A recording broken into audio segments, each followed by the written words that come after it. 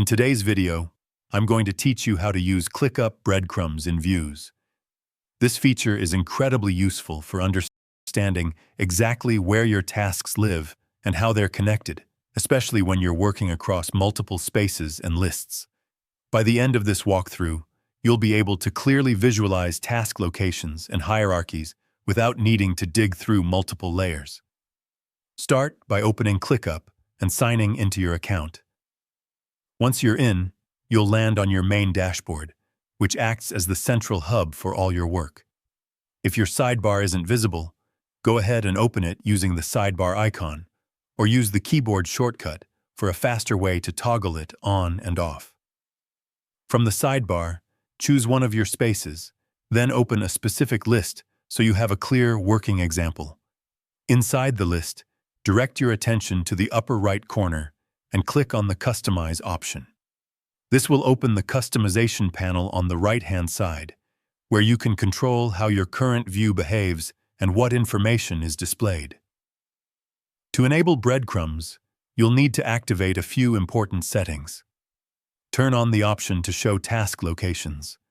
This allows you to see a breadcrumb trail that reveals where each task sits, including its space, folder, and list. It's especially helpful when you're navigating complex setups. Next, enable the setting that displays subtask and parent names. This ensures that every subtask clearly shows its relationship to its parent task, making it much easier to understand the structure without opening each item individually. Then, switch on the option to show closed tasks. Including completed items gives you a full picture of your workflow, even for tasks that are already finished. If you notice additional options under any of these settings, feel free to expand them and adjust the display to suit your preference.